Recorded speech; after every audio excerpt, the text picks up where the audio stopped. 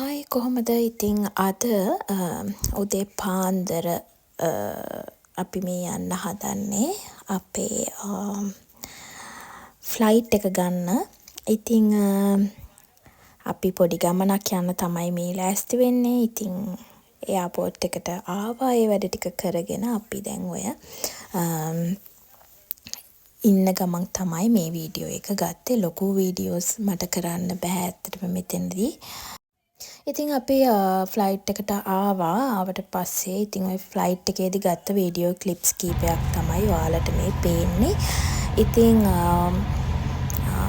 ලංකාවේ වෙලාවෙන් මං හිතන්නේ උදේ 3යි ගානට තමයි අපේ ෆ්ලයිට් එක තිබුණේ. ඉතින් ඒකින් හින්දා මම ගෙදරින් ලංකාවෙන් 12ට කලින් පිටත් වුණා. ඉතින් මේ ෆ්ලයිට් එක පිටත් වෙන්න කලින් ගත්ත වීඩියෝ ක්ලිප්ස් කීපයක්. ඉතින් මේක පොඩි ව්ලොග් එකක් වුණාට ඉස්සරහට ටිකක් ලොකු ව්ලොග් එකක් ගේන්න බලාපොරොත්තුවෙන් ඉන්නවා මම. ඉතින් මම තාම කොහෙටද යන්නේ කියලා වාට කිව්වේ නැහැ. ඉතින් එතනට ගියාම අපි බලමු කොහෙටද යන්නේ කියලා. ඉතින් අපි ඉතින් ලංකාවෙන් එහාට යනකොට ඉතින් චුට්ටක් විතර දුක හිතුණා. ඉතින් ওই විදිහට ෆ්ලයිට් එකේ ගමන නම් එච්චර සුන්දර නැහැ. ඉතින් ඇත්තටම මීල් එකකුත් අපිට හම්බ වුණා. ඊට පස්සේ අපි කටාවලින් ට්‍රාන්සිට් එකක් තිබුණා. ඉතින් කටාවලට යනකොට එහෙ වෙලාවෙන්